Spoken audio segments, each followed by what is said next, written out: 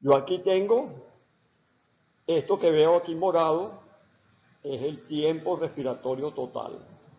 Lo que está en blanco es la inspiración y lo que está en verde es la expiración. Entonces vamos a ver qué pasa aquí. Fase inspiratoria, ya para este momento ya le dimos el volumen al paciente. Ya le dimos el volumen que le habíamos calculado. Vamos a poner que le dimos 500 mililitros. Ajá, pero en este momento, ¿qué debería pasar? Se debería de abrir la válvula expiratoria para que el paciente bote el aire. Pero como yo le puse pausa, entonces va a estar un ratico ese aire dentro de los pulmones, pero no va a entrar más. Así como no entra más, no puede salir. Entonces, ¿qué pasa? Fíjense la curva. Fíjense la curva cae un poquito la presión, hace como una mesetica, y esa mesetica es lo que se llama la pausa inspiratoria. O sea, yo inflo, aquí mantengo cerrado el sistema, no permito que el paciente expire, está un tiempo en milisegundos dentro del pulmón y en este momento aquí se abre la válvula expiratoria y el paciente bota el aire. Entonces fíjense aquí, yo le dije que lo blanco era el tiempo inspiratorio. Entonces fíjense lo que yo tomé por tiempo inspiratorio. El tiempo de llenado más el tiempo de pausa. ¿Por qué? Porque esto está inflado, o sea que es inspiración todavía. No ha empezado la expiración. Entonces cuando usted va a usar tiempo pausa, va a comprometer parte del tiempo inspiratorio de ese paciente. Entonces tiene que sumar tanto el tiempo inspiratorio real más el tiempo pausa para que al final nos dé el tiempo inspiratorio total. Y el tiempo inspiratorio siempre debe ser menor que el tiempo expiratorio. Ya lo vamos a ver ahora. Lo más que se permite es que sea igual, 1 a 1, 50%, 50%. Eso ya le vamos a decir por qué es eso. Entonces aquí vemos, en esta curva, vamos a ver lo siguiente. Cero de presión aquí, cero de presión en la línea. Empieza la inspiración, el pulmón se infla, llega la presión de 30 inspiratoria, llega a 30 de inspiratoria, pero ¿qué debería pasar aquí? Abrirse la válvula expiratoria y el paciente bota el aire. Pero no, se le puso tiempo pausa y el pulmón sigue inflado, pero fíjense cómo cae la presión. ¿Por qué cae la presión? Porque se está equilibrando todo eso adentro y la presión cae, póngale a 25. Entonces fíjense, 30 y 25. Ahora, ¿por qué es importante esto? Porque cuando yo relaciono el volumen que le estoy dando al paciente con la presión pico, que es esta inicial, puedo calcular el compliance de las vías aéreas. Y cuando yo calculo el volumen con la presión meseta, calculo el compliance pulmonar. Entonces, hay patologías que me alteran el compliance dinámico o de las vías aéreas y hay patologías que me alteran el compliance de estático o el compliance del parénquima pulmonar, que sería el que me da la meseta. Posteriormente, aquí se abre la válvula expiratoria y el paciente bota el aire. Entonces, fíjense, en la gráfica, el tiempo inspiratorio va de aquí a aquí. La inflación va de aquí hasta aquí. Y de aquí a esta zona es el tiempo pausa. Pero en resumidas cuentas, la inspiración total me va a durar la inspiración más la pausa. Eso lo tienen que siempre tomar en cuenta. Entonces, ese es el segundo componente, fíjense. El primero, ¿qué tipo de flujo vamos a usar? El segundo, vamos a usar pausa. Y ahora el tercero es la relación inspiración-expiración. Todos los equipos traen un botón en el cual podemos poner la relación inspiración-expiración. El número 1 es un número fijo. Este número no se puede alterar. Lo que se altera es este número que tenemos aquí. En este caso tenemos que una parte inspiratoria, dos partes expiratorias. O sea que es correcto, pues. La inspiración dura 1 y la expiración me está durando el doble. Entonces, eso es una buena relación. Generalmente esa relación se usa mucho. ¿Y por qué la expiración tiene que ser mayor que la inspiración? Porque si no el pulmón no se vacía completo. Acuérdense que el pulmón se vacía porque es elástico y porque la caja torácica es elástica. Si usted no le da tiempo suficiente para que se vacíe, el pulmón va a quedar con aire adentro cuando venga la próxima inspiración. Entonces, uno también diría, bueno, ¿y por qué no le ponemos un tiempo inspiratorio pequeñito y un tiempo expiratorio larguísimo? No, porque cuando yo acorto mucho el tiempo inspiratorio, el volumen que le voy a dar tiene que entrar en tan poco tiempo que me crea una turbulencia entre las vías aéreas. Y acuérdense lo que pasa con el flujo turbulento cuando vimos la parte de fisiología. Entonces, ni tan cortico ni tan largo.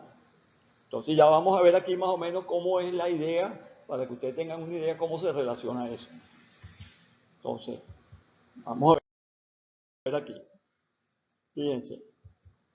Inspiración, pausa. Fíjense, la inspiración me generó esta presión aquí, la pausa me generó esta, calculo los compliance a través de esto. La inspiración me duró esto, blanco, y la expiración me va a durar mucho más, esto es más corto que esto que está aquí, que es la expiración. Y la suma de los dos me da el tiempo respiratorio total. ¿Cómo lo hacemos generalmente en la práctica para hacer un juego matemático? Yo divido la frecuencia respiratoria que yo quiero entre 60 segundos. Vamos a poner un ejemplo. Yo quiero 12 de frecuencia respiratoria. Entonces divido 60 entre 12, me da un tiempo respiratorio total de 5. O sea, porque 60 entre 12 me da 5. Entonces, ¿qué significa 5? Yo tengo 5 segundos para repartirlo entre la inspiración y la expiración. Entonces, como lo hemos dicho, la inspiración tiene que ser menor en tiempo que la expiración. Entonces, yo podría decir en este ejemplo, le pongo 2 segundos inspiratorios y 3 segundos expiratorios. Entonces me queda esto en 5. 2 y 3, 5. Y en la inspiración yo la puedo partir, si voy a usar pausa, en 2 segmentos. La inspiración propiamente dicha y la pausa. Entonces, por ejemplo, si yo le pongo a la inspiración 2 segundos, yo podría decir que la inspiración propiamente dicha, 1,5. Y la pausa, 0,5 segundos. Entonces, fíjense cómo sería el ejercicio. 0,5 de pausa más 1,5 de inspiración me da 2. 2 más 3 me da 5. 5 por 12, 60. Así es como se juega con esto. Y usted puede poner cualquier número aquí. Usted puede poner aquí 20, 60 entre 20, 3. Entonces yo puedo decir 1 y 2. Y del 1 puedo poner 0,75 y 0,25. 0,25 y 0,75 me da 1. 1 y 2 me da 3 de tiempo respiratorio. Tiempo respiratorio total de 3 por 20 me da 60. Esa es la forma de ustedes más o menos hacer el ejercicio de la relación IE. Y la cuarta variable que tenemos que jugar es con las que podemos limitar. Aquí el concepto es muy importante. Si tenemos que vamos a limitar la presión, la variable que vamos a limitar es la presión en la inspiración. ¿Qué significa eso? Que la presión se alcanza, pero sigue la inspiración. O sea, el hecho de que usted alcance el límite de presión no significa que el ventilador va a pasar expiración. porque usted lo que está es limitando la presión durante la inspiración. No le da diciendo al ventilador que cuando llegue la presión pase expiración, no. Yo voy a limitar la presión, ponle a 30, entonces en la inspiración es 30 hasta que termine. Ahora, ¿cuál es el problema de eso? Cuando yo limito con presión, no sé qué volumen le estoy dando al paciente. Le estoy dando presión. Los equipos traen un espirómetro, todos esos equipos modernos, en la cual usted fija 30 de presión limitada y usted dice, bueno, me da 400 de volumen corriente. Pues. Si yo subo la presión a 35, a lo mejor me da 500. Ajá, pero pudiera ser en un momento hipotético que el paciente hace un broncoespasmo y 35 es muy poquito, el volumen cae a 200 y el paciente se hipoventila. Ese es el gran problema que tiene cuando la variable que limitamos es la presión. ¿Cuál es la ventaja de limitar la presión? Acuérdense que si uno limita la presión, puede limitar el daño pulmonar ocasionado por sobrepresión en el sistema. Por eso es que se usa generalmente, para proteger al pulmón. Pero pudiera ser que dentro de esa protección al pulmón cambian las condiciones del pulmón y el paciente se hipoventile. Y pudiera ser también lo contrario, que las condiciones del paciente mejoren y el paciente se hiperventile. Porque lo que estoy limitando es la presión y no el volumen, que es lo contrario. Cuando la variable que limito es el volumen, entonces el volumen lo garantizo yo a la presión que sea. O sea, yo pongo 500 de volumen, limitando la variable de volumen. Durante la inspiración puede subir la presión a 50, puede bajar a 40. Él da los 500 como sea. Ahora, ¿cuál es el problema de eso? Rupturas pulmonares, neumotórax, neumomediastino, trauma pulmonar. ¿Por qué? Porque el ventilador, la orden que le dieron era pon 500, independientemente de la presión que necesite.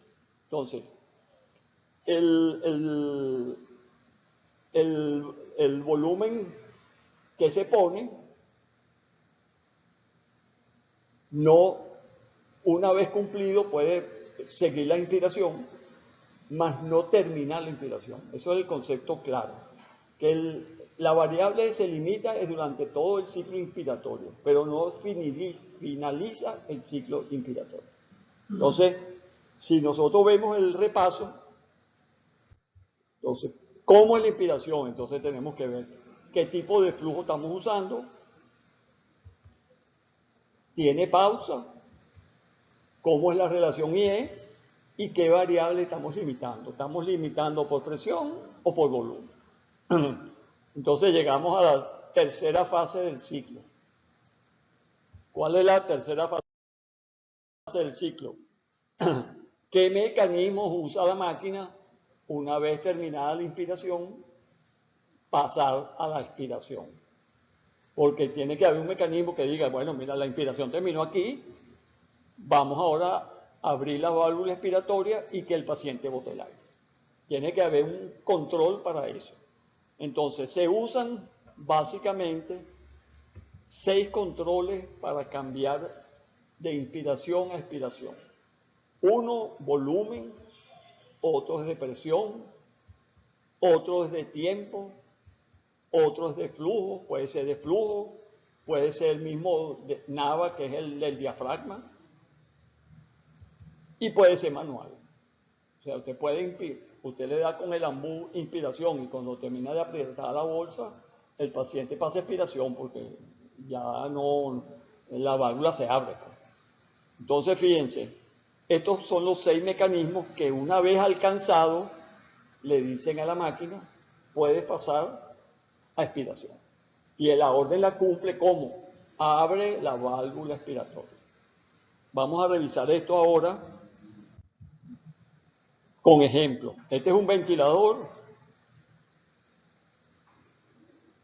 que va a terminar la fase inspiratoria cuando suministre el volumen que yo le asigno. Después lo veremos en los patrones más adelante, en la segunda clase, cómo se maneja esto. Pero más o menos la idea es la siguiente. Yo le fijo a este ventilador 500 mililitros, él me va a dar los 500 mililitros, esta es la resistencia que lo pone el pulmón, y él va a dar sus 500 mililitros. En este caso necesitó 30 de presión. O sea, él pasó a expiración, me dio los 500, alcanzó esta presión y pasó a expiración.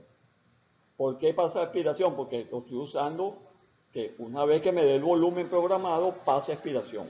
Esto es totalmente diferente a lo que vimos anteriormente. Cuando yo limito por volumen, la máquina no pasa a expiración. Yo tengo que poner control de volumen para que la máquina pase a expiración cuando dé el volumen que yo programé. Entonces, fíjense lo que pasó aquí. Ahora me apareció más resistencia aquí, los mismos 500. La máquina me da ahora los mismos 500, pero me genera 50 de presión. Entonces, fíjense, por eso es que estos ventiladores, ¿cómo se llaman? Volumen fijo y presión variable, como dice la lámina. Volumen fijo y presión variable. Ellos suministran el volumen independientemente de la presión. Ahora, ¿qué pasó con estos patrones de ventilación por volumen? Que las rupturas y los daños pulmonares eran importantes, entonces se les colocó un alivio de presión. Un alivio de presión. Entonces es un control que traen los ventiladores que dicen límite de presión superior. Es un botón que hay en todos los ventiladores que dice límite de presión superior. ¿Qué quiere decir eso? Que si la presión llega a ese límite que usted fijó, la máquina automáticamente pasa a expiración por medidas de seguridad. Entonces, en ese caso, el ventilador se compromete, se vuelve en vez de volumen, de presión, porque me está pasando expiración cuando alcanza un límite de presión. Entonces, fíjense cómo sería. Yo puse mi límite de presión en 30. Entonces, vamos a ver qué pasa. La máquina empieza a dar la inspiración, mete 300, la máquina al meter los primeros 300 llega a 30 y no puede meter más. ¿Por qué? Porque yo lo limité a 30 de presión. Para ella meter más, requiere más presión. Acuérdense que necesitaba 50. Entonces, ¿qué está pasando en este momento? El paciente se hipoventila, porque lo que se le fijó no lo está dando. Pero no lo está dando porque tengo un mecanismo de seguridad para proteger la presión excesiva en el pulmón. Entonces, vemos aquí eso. Entonces, ¿faltaron cuánto? 200 mililitros. Entonces, cuando esa alarma en estos equipos, lo vamos a ver también, cuando en estos equipos se prende la alarma esa de límite de presión, el concepto que tienen que tener todos ustedes es que el paciente se está hipoventilando. Porque el equipo requiere más presión para poder meter el volumen que usted prefijó. Entonces, se convertiría este ventilador de volumen en un ventilador de presión. Entonces, aquí vamos a ver de presión rápidamente. Aquí, cuando la máquina la ponemos a que cicle por presión, hay un control que dice presión. Entonces, yo fijo mi presión ahí y en lo que la máquina llegue a esa presión, va a pasar expiración. Entonces, fíjense lo que está pasando aquí. Yo fijé 30 de presión y aquí al llegar a 30 va a pasar aspiración. Entonces la máquina da la inspiración, llega a 30 y me infla el pulmón con 30 de presión y me dio 500 mililitros. Hasta ahí está todo bien. Ahora, ¿qué pasa? Si aumenta la resistencia del paciente del pulmón y yo lo sigo fijando en 30, el ventilador cuando llegue a 30 va a pasar a aspiración. Entonces yo doy la presión, llego a 30, pero en este caso me faltaron 200. ¿Por qué?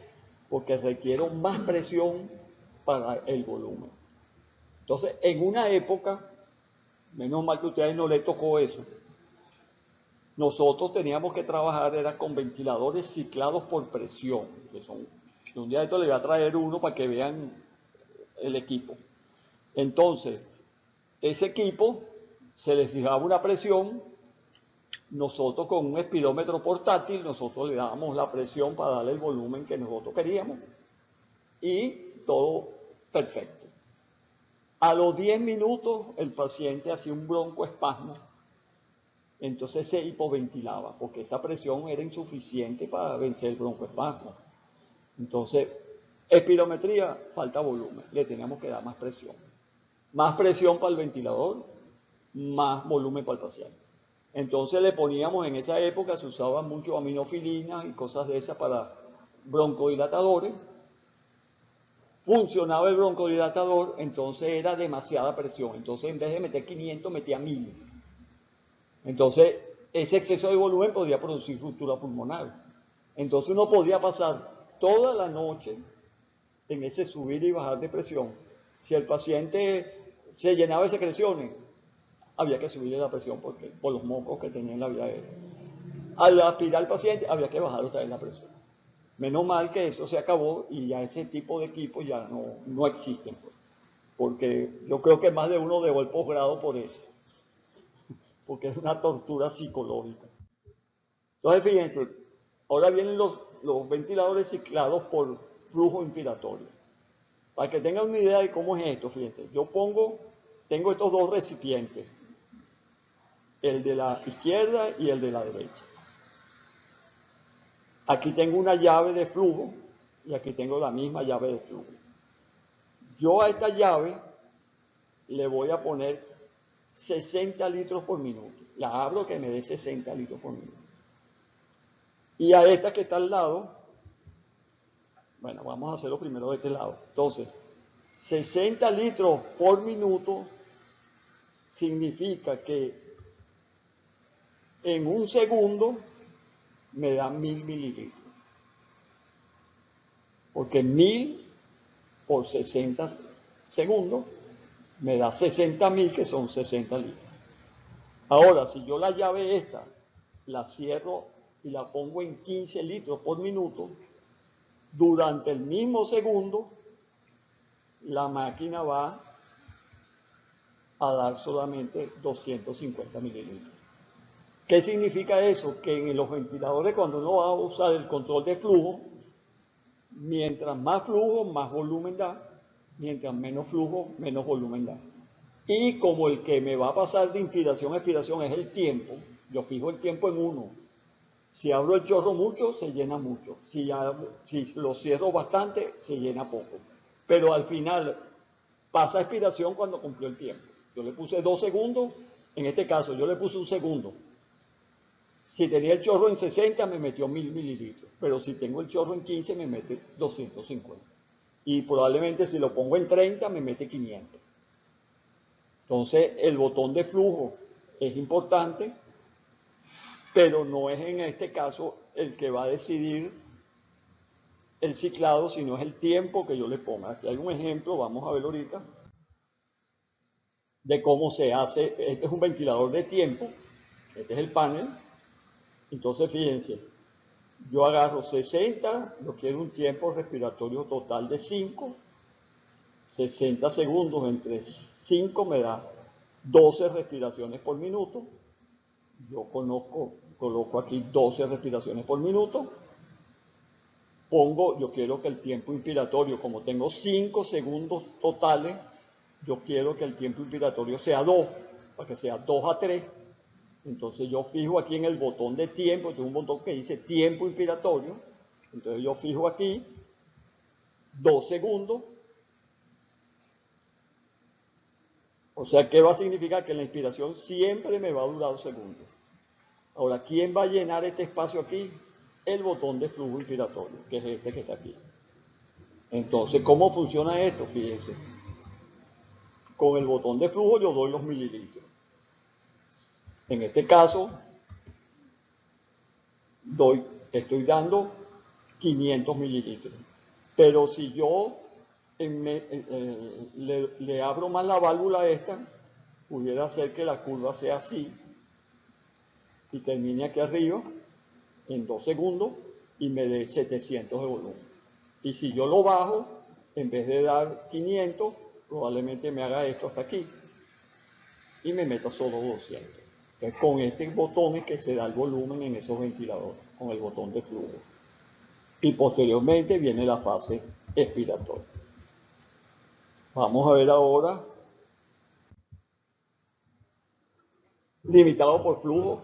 Ese se lo tienen que saber adelante, porque este es el patrón del soporte de presión. Entonces fíjense cómo funciona. Fíjense cómo funciona. Se pone un techo de presión. O sea, en este caso, la presión no puede pasar de 35. El paciente inició la inspiración y llegó a 25. ¿Qué puede pasar aquí? El paciente tomó 200 mililitros. Si el paciente no toma más, significa que la máquina no le da ningún flujo más. El flujo cayó a cero y el paciente botó el aire. Pero ¿qué es lo que pasa generalmente? Esto que está aquí es insuficiente para el paciente. Él requiere en total 500 para satisfacerse. Entonces, ¿qué hace el paciente? El paciente en esta límite de presión sigue chupando del sistema y llega a los 500 que necesita. Una vez que llega a los 500, deja de chupar del sistema y pasa a expiración. Entonces, por eso es que se dice que es ciclado por flujo, porque mientras el paciente esté succionando, que haya flujo, no cicla. Cuando el paciente deja de succionar porque está completo su requerimiento, entonces pasa a expiración. Entonces, ¿qué se hace con este sistema? Fíjense, ahora lo puse en 15. El paciente inició la inspiración, no pasó de 15, pues no puede, pues lo tengo limitado allí. El paciente ahora agarró 100 nada más. No está satisfecho. Si está satisfecho con 100, pasa a expiración. Si no está satisfecho, entonces sigue inspirando, metiendo volumen hasta los 500 y viene la fase expiratoria. Entonces, por eso es que se dice que este sistema sirve para descontinuar los pacientes, porque uno a medida que va bajando el techo inspiratorio, el paciente cada vez tiene que hacer más esfuerzo para meter lo que corresponde. Entonces, uno va bajando, bajando, bajando, hasta que llega un límite de 8, que es el mínimo que se tolera con soporte de presión. Y después vamos a ver por qué es 8. Todo tiene un porqué. Aquí vemos el soporte este, como lo vimos ahorita. Generalmente este patrón siempre lo inicia el paciente. Siempre lo inicia el paciente, tiene un techo de presión, como lo vimos en las gráficas anteriores. Y cuando el paciente deja de succionar, que el flujo cae en un 75%, la máquina pasa a expiración. Vamos a ver aquí ahora, aquí pasa a expiración. Este es el neuronal. El equipo detecta la máxima contracción del diafragma y en este momento abre la válvula expiratoria del ventilador y el paciente bota el aire. Eso se sincroniza con un monitor. Entonces el equipo va dando impulso. Cada vez que da un impulso se abre la válvula expiratoria y esto, si ustedes lo correlacionan con la onda de flujo y la de volumen, siempre coincide con la fase final de la inspiración. Pero aquí lo que estamos midiendo es máxima contracción del diafragma. Y al hacer máxima contracción del diafragma, viene la fase expiratoria. Ahí lo vemos.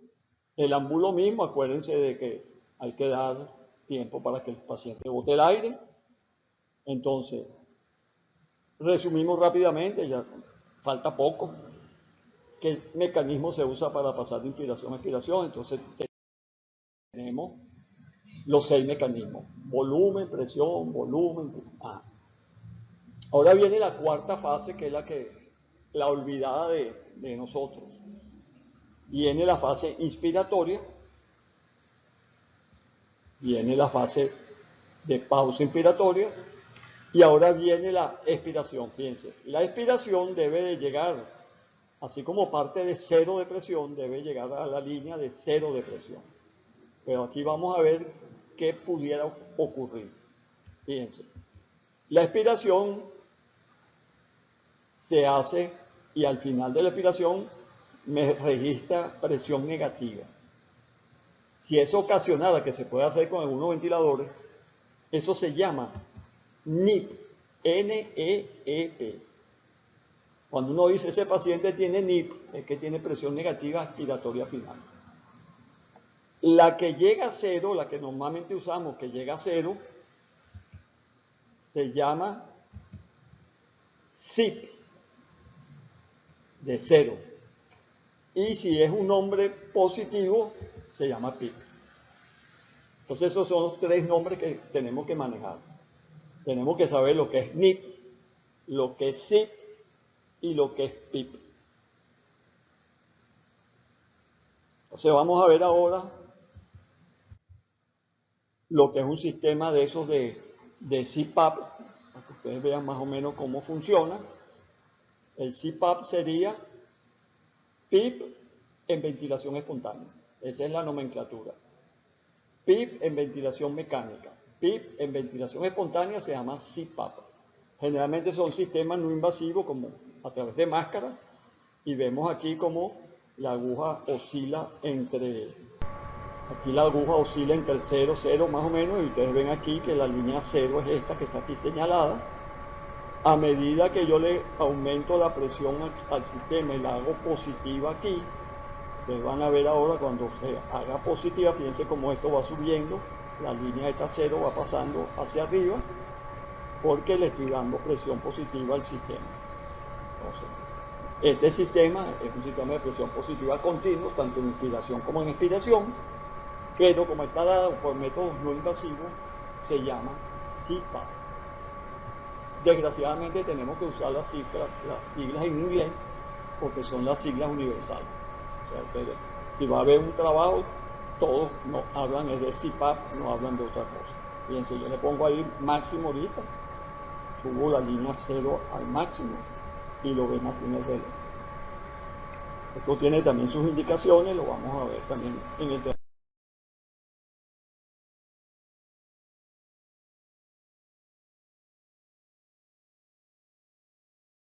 curso del curso. Entonces, en la cuarta etapa uno tiene que preguntarse, ¿tiene la fase expiratoria un componente especial? Usted le va a poner PIP, o si está en espontánea le va a poner CPAP. Entonces, para terminar, vamos a tener aquí un esquema que, aunque parezca difícil, lo vamos a manejar en el transcurso de lo que queda del curso, que es el esquema de un ventilador mecánico. Fíjense cómo es, esta presentación va a estar disponible ya mañana en la mañana, para que la puedan bajar. Las fuentes de poder de un ventilador, ¿cuáles son? Esas que están ahí. Oxígeno, aire comprimido, corriente, un botón de encendido y batería. Generalmente, la batería es indispensable en los sistemas de transporte. Cuando usted tiene que transportar a un paciente, debería tenerla. Porque generalmente, aunque no ahora con lo que pasó últimamente, en los países que dicen desarrollados no se va la luz. Entonces, en los países que se va la luz, hay que tener los equipos con batería. Pero fíjense ustedes que los equipos no los fabricamos nosotros, sino los fabrican donde no se va la luz. Entonces uno sospecha. Entonces, el aire comprimido también actualmente se está generando cualquier cantidad de equipos que traen el aire comprimido, traen un fabricador de aire comprimido incorporado. Eso simplifica el uso de ventiladores mecánicos en áreas donde no haya aire comprimido en las instalaciones. Entonces usted tiene un equipo que lo que requiere es toma de oxígeno, que generalmente en cualquier hospital hay tomas de oxígeno, pero tomas de aire comprimido a veces no hay. A veces hay una habitación que tiene oxígeno comprimido y no tiene aire comprimido. Entonces la única solución en ese caso será meter una bombona de aire comprimido para hacer la mezcla. Y acordarse que la fuente de poder de oxígeno y aire siempre tienen que tener la misma presión. Generalmente oscila entre 50 y 60 PSI. Y las presiones deben lo ideal es que sean iguales para que el mezclador funcione adecuadamente. Después vienen los controles básicos, ¿cuáles son? La FiO2, tenemos que tener un control donde regulemos la cantidad de oxígeno que le estamos dando al paciente y un control que nos permite a nosotros, según la marca del ventilador, qué patrones ventilatorios puede dar ese equipo. Actualmente, dependiendo de la marca, hay equipos que dan hasta 20 patrones diferentes. Y al final ustedes se van a dar cuenta que los que se usan en la práctica son 4 o 5. Pero cada fábrica, cada marca trae sus patrones exclusivos. Entonces vemos aquí qué controles usamos en la fase 1 para iniciar la inspiración. El trigger, ya sea de presión, flujo o el NAVA, pues para hacerlo más fácil, que es este que está aquí, el N, y la frecuencia respiratoria del equipo. Con esos botones iniciamos la inspiración. La inspiración propiamente dicha, tenemos que tener el tipo de flujo, si va a presión pausa, cómo va a ser la relación IE y qué variable vamos a limitar, presión o volumen. Y en la fase expiratoria vemos si vamos a usar, o la fase 3, que es el pase de inspiración-expiración, qué tipo de mecanismo vamos a usar. Si el de presión, el de volumen, el de flujo, el de tiempo, el NAVA o manual. Y después, en la fase 4, en la expiración, vamos a ver si tenemos PIC. O en ventilación espontánea, pero el botón es el botón de PIC. Esto más o menos resume todo lo que vimos hoy. Y en base a esto vienen las próximas clases. Entonces, creo que fue un poco larga hoy, pero no había otra manera de hacerlo. Entonces, creo que es la última lámina. Y lo importante es que cuando terminemos el curso, vean la lámina, sepan ustedes distinguir los dos tipos diferentes de ventiladores que hay. De esto hay un cuento famoso en el hospital universitario porque mandaron a traer a una persona, habían intubado a un paciente y mandaron a traer un ventilador y trajeron uno de estos. Entonces la persona se puso furiosa y no tenía razón porque esto es un ventilador. No es un ventilador, es un ventilador. Ahora que la persona no tenía ni idea de que era para ponérselo al paciente, para que ventilara al paciente, pero les agradezco que no vayan a confundirse.